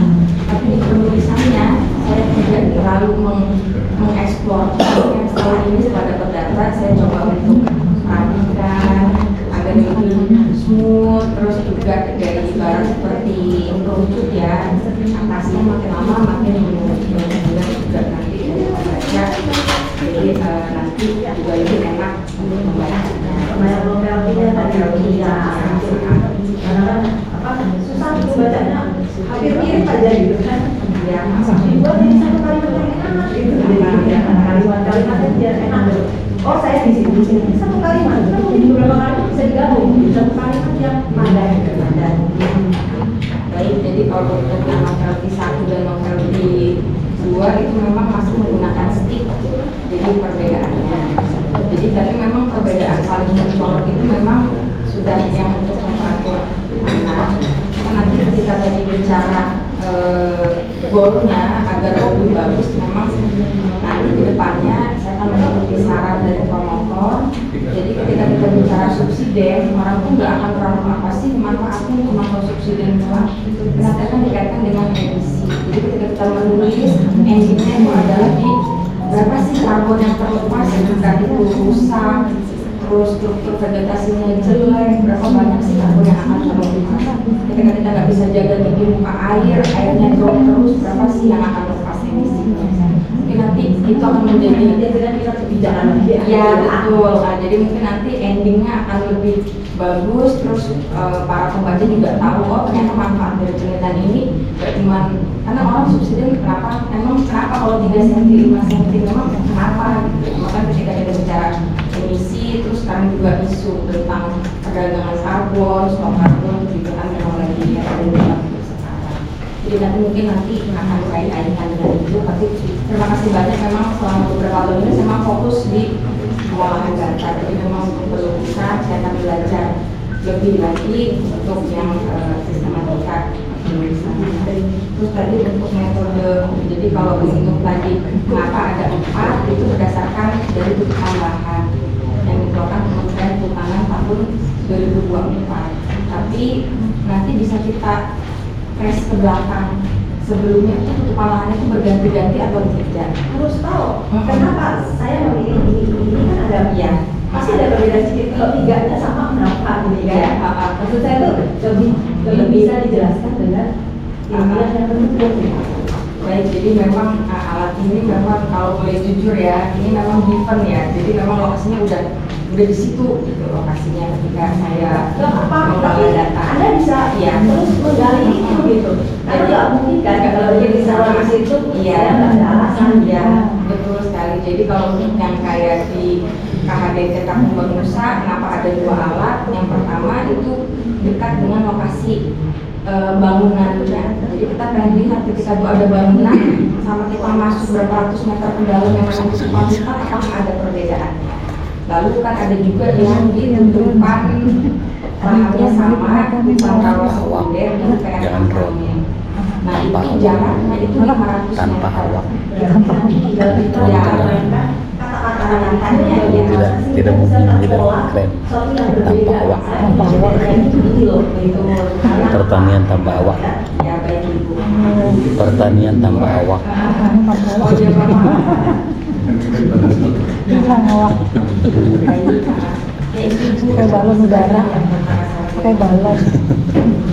Pokoknya tanpa tumbuh tanpa jadi simsalabim. Baik, terima kasih Pak Hidayat selaku koordinator 1 izin untuk koordinator dengan koordinator 2. Saya mengucapkan selamat untuk Bu Risma ya sudah tiba di tahap ini. Nah tadi sudah banyak yang disampaikan oleh Prof. Niswara dan Bu Ari, jadi apa di depannya boleh sebut Ari. Saya setuju dengan apa yang disampaikan oleh beliau berdua ini. Menurut saya sekarang Bu Risma harus memutuskan mau kuantitatif atau mix. Ya, kalau saya lihat misalnya di proposal ini murni kuantitatif, ya, tetapi produknya, outputnya tadi masih gamang gitu. Apakah ini uji awal gitu ya, ataukah pengembangan model atau pola? Kalau kita hanya melihat hubungan kayak judul ini, kayaknya masih terlalu dangkal gitu untuk penelitian level S3. Kalau mau melihat pola berarti pengembangan model, jadi tetap murni kuantitatif. Nah di dalam pengembangan model ini banyak tahap yang memang harus dilalui ya, dari tahap kalibrasi, verifikasi, validasi dan lain sebagainya. Dan saya rasa tadi ya level 9 itu pasti masuk di situ ya, untuk kualitas penelitian di situ. Nah, apakah untuk membuat kebijakan nanti silakan didiskusikan lagi supaya penulisan proposal ini bisa lebih fokus gitu ya, bisa dalam promotornya yang mau kuantitatif, lebih kuantitatif atau berupa mix ya. Kalau ini ilmu hubungan saya rasa mix research kuantitatif plus kualitatif itu akan semakin baik. Nah kemudian tadi disampaikan karena kebetulan yang terakhir itu tadi tentang NDPI gitu ya, berkaitan dengan rumusan masalah yang nomor 4 gitu ya. Ada melihat hubungan antara nilai subsiden dengan nilai indeks kerapatan atau namanya NDVI. Nah, di dalam pemikiran saya, di saat kita melihat hubungan sesuatu, seri data kita ini harus sama. Misalnya kalau subsiden ini harian nantinya. Nah, apakah NDVI ini juga? Itu enggak kan? Nah, itu yang mungkin harus dipikirkan, apakah bisa kita melihat nilai subsiden ini dengan nilai NDVI, ataukah dilihat nilai rata-ratanya saja nanti yang subsiden per tahun, dan kemudian apakah nilai NDVI-nya ini punya seri waktu atau pada waktu penelitian saja. Tentu angka yang dihasilkan cuma satu. Nah, itu tadi pasangannya harus, kalau seri datanya 10, yang satu parameter, tentu yang parameter lain lagi dia 10. Jadi tolong dipertimbangkan yang poin 4 untuk sama-sama. Nah, kemudian saya tadi melihat peta, wah ini ternyata luas dan terdiri dari 3 kabupaten, 1 kota, 2 kabupaten, Pulau Pisau, Katingan, dan Palangkaraya. Nah, berkaitan dengan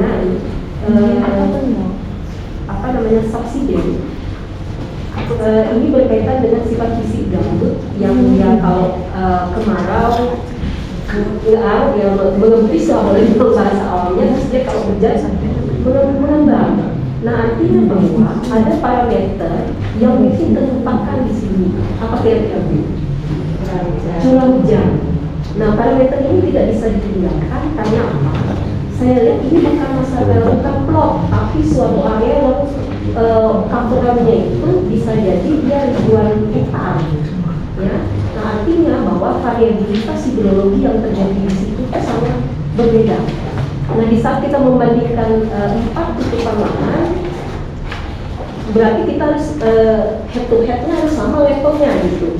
Kalau kita membandingkan yang hutan rawas tunggal pada saat itu dia curah hujannya tinggi, tapi yang misalnya yang kering itu curah hujannya rendah, tidak bisa dia dibandingkan. Nah, itu kita harus diperkuat dengan data tadi. Jadi saya menyarankan ada pengumpulan data curah hujan yang akan memperlengkap nanti analisis nanti tentang pergerakan permukaan. Nah, kemudian tadi saya juga agak hutan rawas tunggal masuk ya, gitu ya. Saya awal baca proposal ibu, karena saya pikir hutan rawas tunggal ini rawan banjir, sehingga elevasi muka air tanah itu dia berada di elevasi tanah, yang tentu saja akan mengganggu pola data. Makanya saya nggak heran waktu ibu bikin yang repeat sama yang terbentuk tadi ya. Ya, nah yang repeat sangat berbeda, karena yang sebelah kanan itu tentu dia polanya akan jauh berbeda dengan yang di sebelah kiri, karena itu tadi kondisi hidrologisnya berbeda dan sebagainya, sehingga sangat sensitif sekali jika ibu mengambil hutan rawas tunggal. Menurut saya itu ada kemungkinan dia akan mengecokkan data ini tadi, mengecokkan data karena dia punya sifat kalau rawa dia punya kondisi hidrologis yang unik, sehingga agak susah kita membandingkan head to head antara 4 jenis tutupan tadi. Nah, kemudian juga mungkin perlu dipertimbangkan, tadi saya baca-baca ada penggunaan, tadi yang juga disinggung oleh salah satu peserta seminar berkaitan dengan elevasi, kalau saya paham sih orang dari situ itu elevasi referensi. Di sini ibu menggunakan DENAS. Nah, setahu saya meskipun saya bukan orang pemetaan, kalau DENAS dia bentuknya adalah DSM, Digital Surface Model.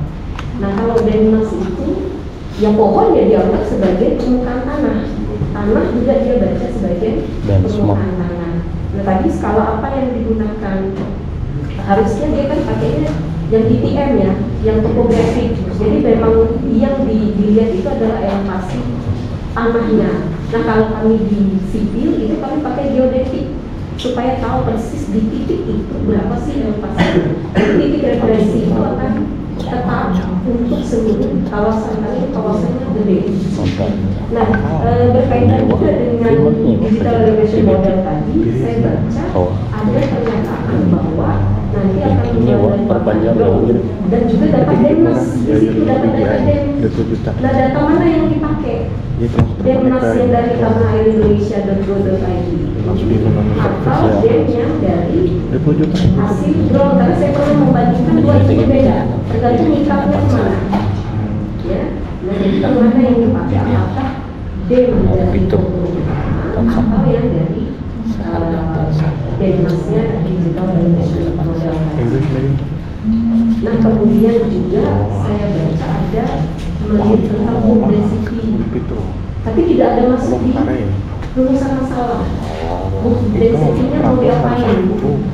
Apakah menjadi salah satu misalnya tadi untuk pengembangan model atau pola pergerakan vertikal itu tadi? Apakah ini bisa menjadi bagian dalam pengembangan model untuk melihat pola pergerakan itu tadi, jadi home density, temperatur, curah hujan, kemudian juga tinggi muka air tanahnya, gitu ya, sehingga akan memperkaya parameter dan pengembangan modelnya nanti. Saya rasa kalau pengembangan model itu sangat memungkinkan karena itu punya data yang panjang. Dari 2018 posisinya sama lagi di 8 titik itu. Enggak Ya? enggak, ada yang baru diinstal tuh 2022 ada juga yang baru 2024 ya. Kalau mau bisa pengembangan model tutupan lahan, saya rasa datanya meskipun 2024 sampai 2026 itu cukup panjang, karena per 2 jam itu udah ratusan ribu data gitu, jadi bisa dibagi kayak saya bilang tadi, yang mana yang untuk kalibrasi, mana yang untuk validasi data. Jadi kita menggunakan kopi misalnya jatuh dulu ke lahan. hubungan antara parameter-parameter yang Iya, Mas. Ini banyak. mati di sebelahan. Ya, catatannya semua ada di sini mengenai penulisan dan lain sebagainya sudah saya berikan. Ya, mungkin perlu dipertimbangkan pilih kuantitatif atau mix gitu ya. Tapi kuantitatifnya nggak bisa dihilangin. Kalau saya kasih dia saja. Baik, terima kasih demikian dari saya. Bisa mix and drop. Iya. Saya kan fashion, saya tiba-tiba lulus ya. Saya namanya saya tertawa ya pejabat. Modelan tertawa. Kalau nanti saya Kementerian Lingkungan Hidup untuk data Sipalaga.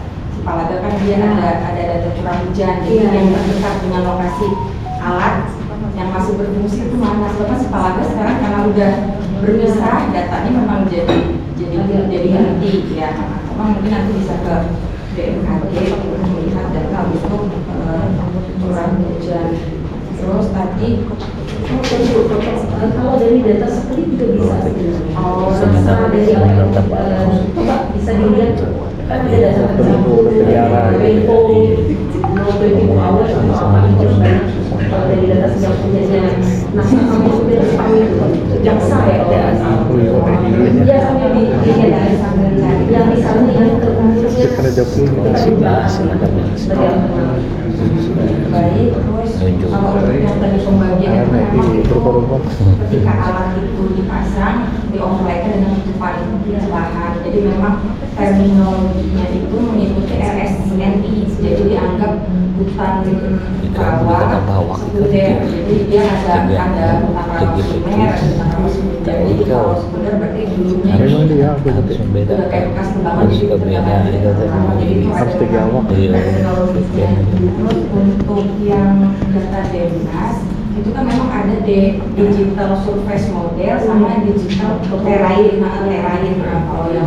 Kalau yang dia segala macam pohon itu dipangkas, itu kan dapat yang digital terrain model. Nah, pengetahuan saya kenapa saya pakai data Denmas ini karena dia pakai data Denmas ini data terrain, jadi data memang bernya itu di mana kalau kita Denmas. Tapi nanti akan saya coba cross check ulang ya Bu ya. Kalau saya sudah cek itu Bu, kelihatan puncak pohon. Oh, memang pohon ya Denmas yang jadi bukan yang terrain ya. Terakhir. Ya kalau untuk terrain itu memang bisa pakai drone, tapi pakai software biomatika. Iya, tapi kan memang coveringnya tuh harus besar. Jadi kalau itu kan kalau fixing iya, kalau itu kan kecil, jadi memang bisa pendekatan pakai yang software biomatika untuk kita melihat berapa sih bear-nya cara yang modelnya. Terus habis itu untuk yang bulk tadi untuk yang bulk density, jadi itu gunanya salah satunya dari penelitian saya yang terdahulu di manfaat density itu bisa melihat dari dasar bulk density ketika di bekas terbakar itu biasanya bulk density-nya itu tinggi, maka kemampuan dia untuk kembang dan mengempis itu lebih kecil dibandingkan ketika nilai bulk density-nya itu rendah. Jadi ketika dia swellingnya itu bagus sekali, puncaknya itu betul. Jadi nanti mungkin bisa pakai pendekatan itu, terus sama nanti bisa dihubungkan Bu ketika dilihat dari kontur. Jadi kita juga mau melihat kontur ya. Jadi ketika itu lokasinya itu sering rendah, sering tergenang, apakah itu berpengaruh pada komposisinya? Jadi ini jadi rendah karena proses dekomposisinya jadi lambat ya. Ayo kau nak pahit, pahit dia agak kental dia, boleh jahe, dia pahit. Oh tadi yang Balang lagi di kuman lah, kuman lagi. Data kuman kita dapatkan maksimal dari data makan terus. awal sampai dengan akhir pengamatan. Jadi nanti kita akan dibuat data untuk yang NDVI-nya ada dua. Kalau misalnya itu trennya panjang ya, saya pakai data dari 2022 itu kan dilihat NDVI yang tahun 2022 ini berapa, yang 2026-nya berapa, ada nggak perubahan ke depannya, dan betul dia tidak signifikan perubahan itu sehingga kalau ada bayangan kalau bisa kita 20 tahun ya kalau kita 2 tahun ya ada mungkin ada pertumbuhan vegetasi yang lama dan tidak terlalu signifikan makanya signifikan pertimbang itu ya tempat yang ibu jadi nanti kayak 10 ya nanti perbandingannya ya tetap 10. Mungkin itu saja. Terima kasih banyak untuk masukan dari sahabat ibu. Untuk sesi evaluasi dari sekarang evaluasi dari Pak Alfa. Beliau mungkin lebih lanjut karena ada pekerjaan mungkin lebih dulu. Terima kasih tadi. Terima kasih atas kehadiran semua. Bu Prof, Bu Ari, Bu Ari Sekjen, Bu Mame, atas segala masukannya. Ibu jangan mundur. Tetap ada beberapa kali pasangan dengan dan memang beliau spesialisnya di situ. Yang hebat nih Bu Ari, terima kasih masukannya karena memang beliau teliti. Karena saya tahu latar belakang beliau waktu kuliah dulu siapa pemimpinnya, jadi mohon kayaknya. Iya, mohon terima kasih. Jadi yang penting sebenarnya karena memang pergerakan vertikal kan jarang diteliti, meneliti betul subsiden, jadi penurunan permukaan air gambut, permukaan tanah gambut. Sebenarnya penurunan permukaan tanah gambut itu kan bisa ada dua penyebabnya. Ketika dia kering, tanpa dekomposisi pun dia akan turun, karena ada rongga. Tadi bukan potensi, ketika rongga itu kosong, berarti dia gravitasikan bekerja, jadi dia akan terjadi penurunan. Tapi penurunan itu tidak hilang gambutnya. Nah, maka itu bukan disebut sebagai subsiden. Tetapi ketika tadi dekomposisi terjadi, dia turun kemudian ada negatifnya karena hilang terjadi dekomposisi, itu yang kita sebut dengan subsiden. Jadi memang susah membedakannya apakah ini apakah subsiden atau tidak. Itu kan kelihatan dari ininya, penurunan itu apakah dia bergeraknya stabil atau tidak. Nah, kalau dia density-nya itu rendah, karena itu dekomposisi itu kan rendah, ini mungkin sekitar pindikemik. Nah itu kan rongga kosongnya besar, makanya kita harus membedakan di gambut itu kadar airnya sama kemampuan menahan airnya beda. Jadi kalau gambut yang hibrid kemampuan menahan airnya kan rendah, tetapi kadar airnya tinggi di situ ya, karena dia ruangannya banyak. Tapi ketika kita ambil tanahnya taruh ke tempat lain, ruangannya besar, gaya kapilernya tidak bekerja. Jadi yang bekerja adalah gaya gravitasi, hilang semua surut. Tetapi kalau yang sapling, ya, dekomposinya tinggi, bak density-nya tinggi dibandingkan dengan yang ini, jadi kemampuan menahan airnya lebih kuat. Ya. Jadi itu Bu Lisna harus diperhatikan gitu. Nah kemudian memang proposal yang sekarang ini karena memang seminar itu kan kita sebagian dan seluruh yang mau kita sampaikan. Jadi kita di sidang komisi sudah sampaikan juga tidak hanya masalah curah hujan, ini lokasi beliau ini ada di daerah pasang surut. Nah, jadi pergerakan air pasang surut itu akan juga mempengaruhi dari pola pergerakan pertikaian ini. Nah, ini juga yang harus diperhatikan. Dan kalau bagi saya sih sebenarnya tidak usah datanya bisa tidak usah di-cut-off ya, karena kita tidak membandingkan per lokasi ya, tetapi kita mulai pola tadi yang disampaikan Ibu. Jadi kalau pola di daerah ini polanya seperti apa, tapi dengan variabel yang berbeda-beda. Jadi sayang kalau kita punya data yang sudah panjang ya, dan sebenarnya tidak kita banding karena memang tidak layak untuk dibanding ya, karena mereka beda karakteristiknya. Belum lagi kalau kita tanya tingkat pelabuhan beda nggak? Di tempat yang sama dengan tempat pelabuhan sama, berbeda, kita akan berbeda hasilnya. Jadi memang itu uniknya di gambut. Jadi memang semua harus kita. Nah, saya sepakat sih sebenarnya kalau bisa ini bidang yang punya tulis. Cuman kapan ini selesai terkait tadi dekomposisi. Nah, saya punya bimbingan dulu khusus ya. Jadi juga dia melihat muka air dengan perubahan ini apa namanya dominasi dari mikroorganisme. Ketika dia muka airnya tinggi itu dominasi dekat permukaan ya. Apa dominasinya? Nah, sampai ke berarti kan kalau dia dalam kondisi anaerobik, bakteri anaerobik yang bekerja. Jadi kita harus lihat metabolisisnya.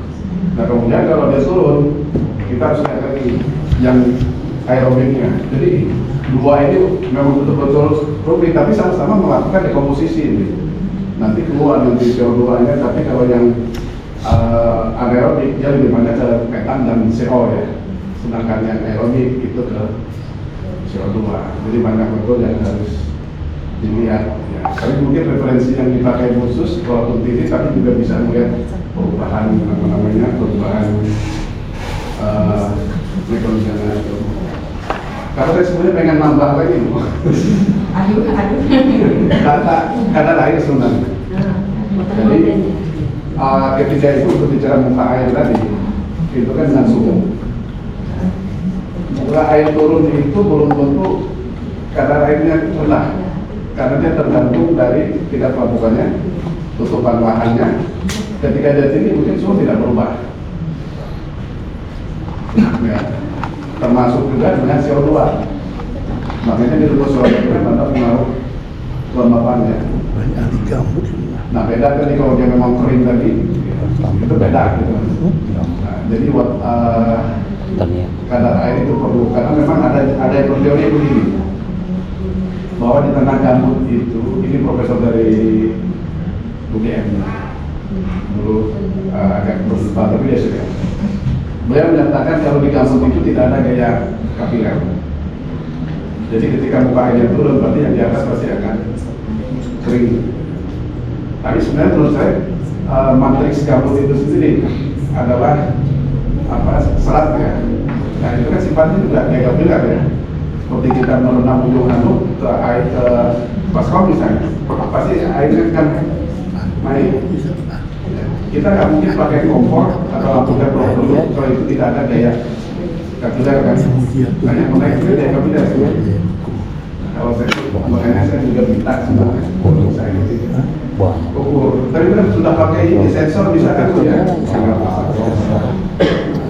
Tadi saya sih diskusi dengan Pak Adi, ini alatnya ada maksimal beratnya alat. Kalau yang berat itu kan nggak kelihatan naik motornya gabut itu kan, begitu pernah curah hujan kan kurang olinya terisi, kemudian matriksnya terisi air, dia kan ngembang nih, bukan hanya pulang aja ya, kan dia menyerap air ya, besar. Berarti kan mengangkat beban. Kalau bebannya berat, nggak sanggup dia ngangkat, nggak kelihatan. Berarti ada maksimal mungkin perlu juga ya apa referensinya sebenarnya berapa sih berat beban yang ya alatnya itu kan nanti nggak akan kelihatan kan Bu. Apalagi seperti yang saya sampaikan, oh tambah alat ini semua diinstal di situ, keberatan ya.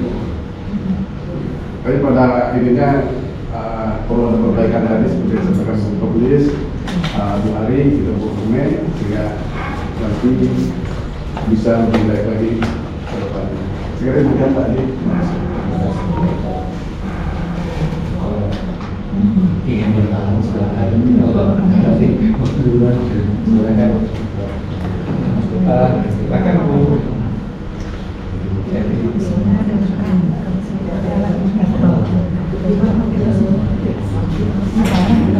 Terima kasih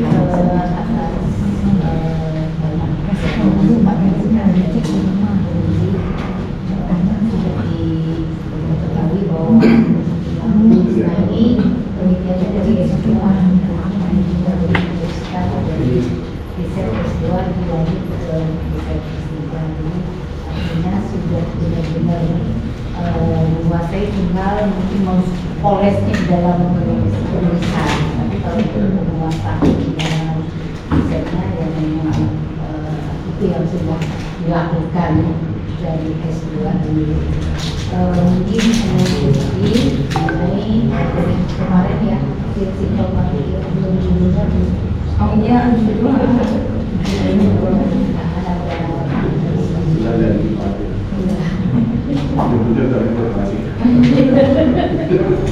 dengan kalimat novel dengan ada kalimat menghubungkan atau hubungan itu bukan novel dan seperti kata Profesor mungkin lebih tajam dari yang pas menghubungkan atau apa kebahagiaan yang disesuaikan dengan konsepnya. Kerangka penelitian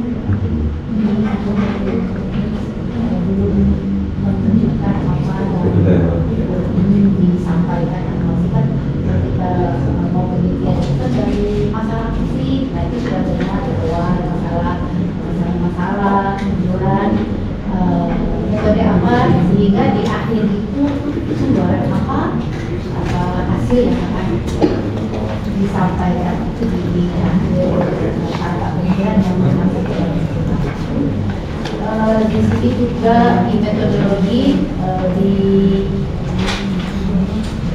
pengumpulan data student itu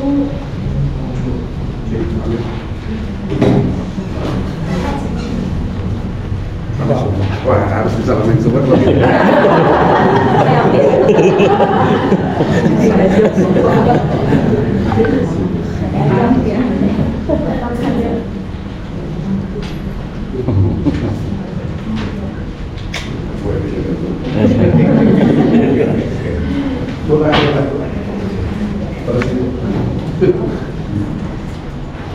Di dalam pengumpulan di metodologi dalam pengumpulan data di data student itu ada pengumpulan data itu ada waktunya ya, ada waktu dan di dalam pengumpulan data primer itu sudah kapan waktu sampai kapan. Jadi karena di sini hanya 2 jam tapi tidak ada penjelasan kapan waktunya. Itu saja Pak Adi. Terima kasih jangan lupa subscribe. Itu yang 2 jam sebetulnya frekuensinya.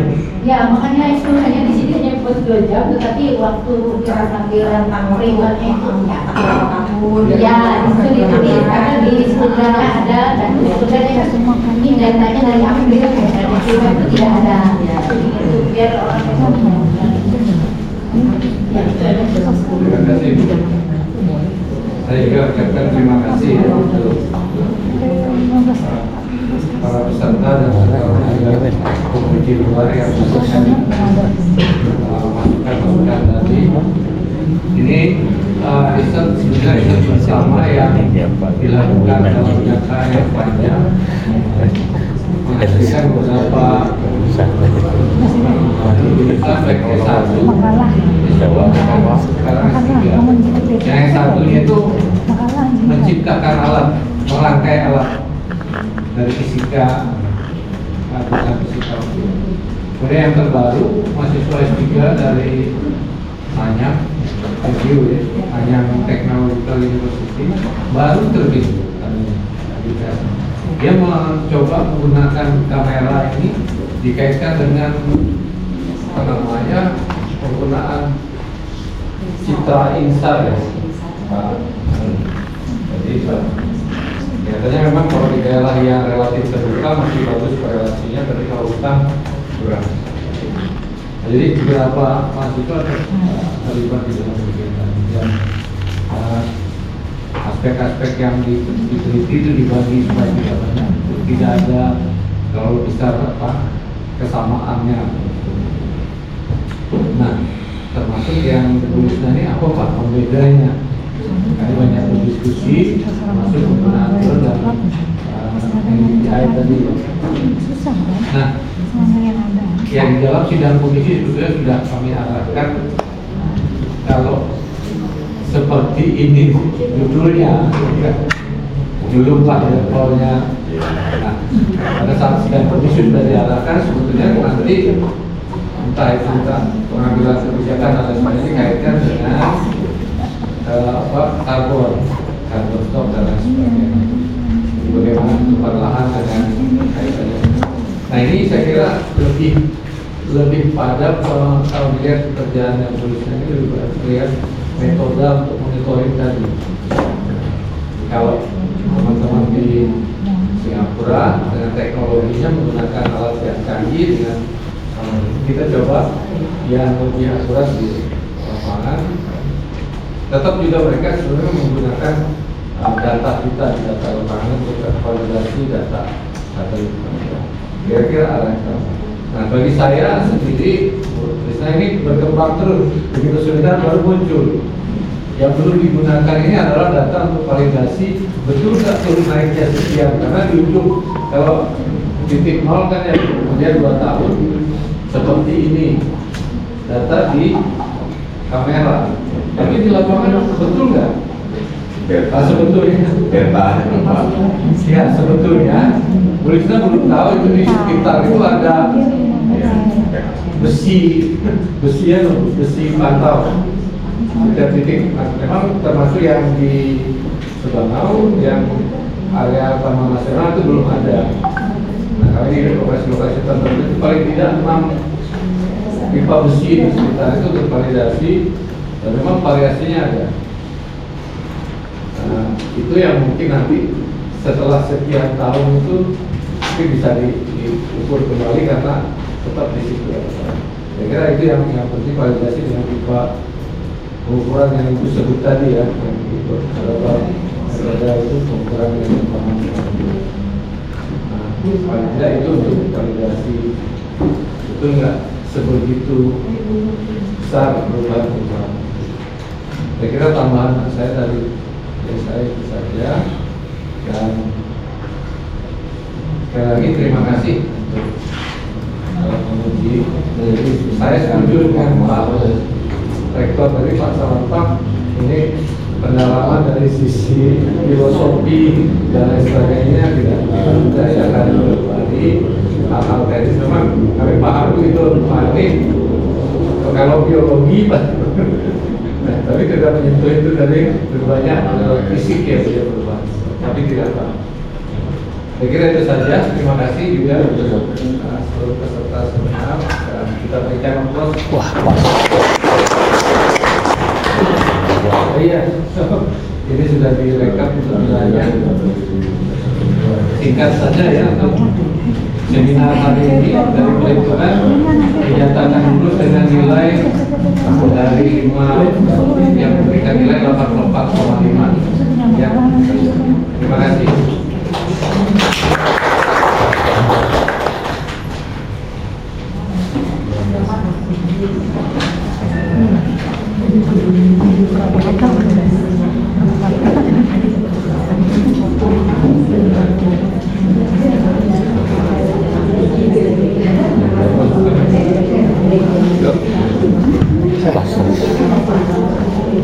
Tambah masalah.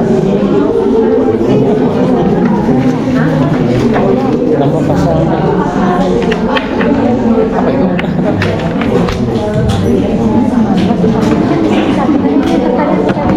Ini siapa nih? Bawa aja lah. Burgernya.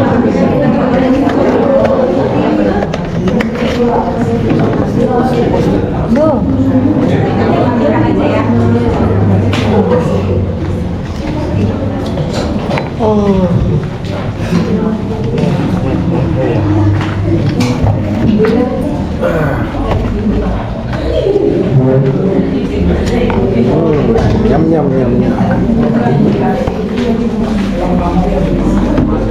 Ini bekuli.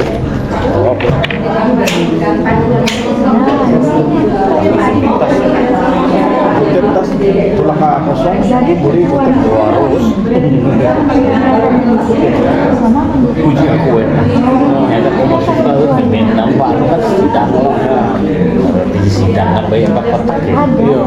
Sekalinya dia kemana loh? Karena kayak hijab ini narik coba mungkin fokus. Ya, jalan ya. Sekalinya udah sering mau hukuman yang nempak. Harudino nih, pahit tempatnya sih, tapi Harudino nih.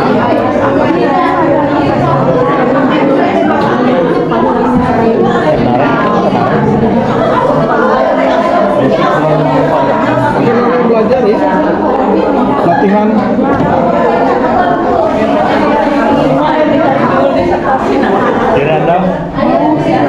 Anda sebenarnya kan nama telu Andawi latihan. Latihan tes sekali.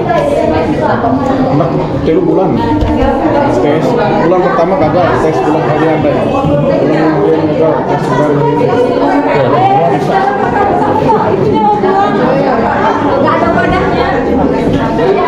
Lalu bayar sekali.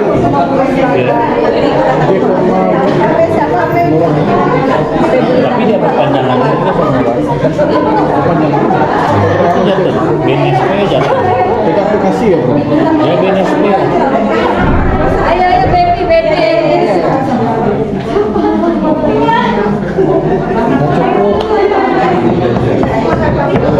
Ini terus pakai buat para besok. Lepas ini tak? Sampai 2027 sampai 2 tahun ya tadi kita.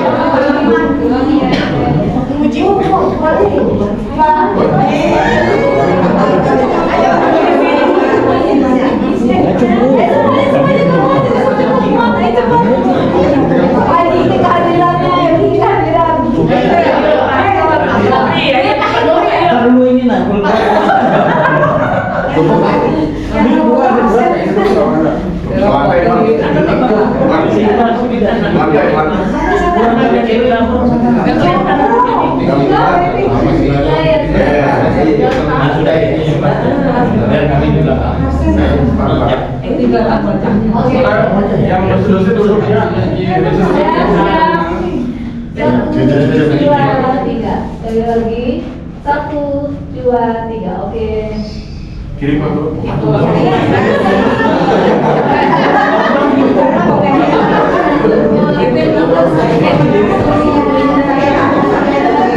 Yang ke utara,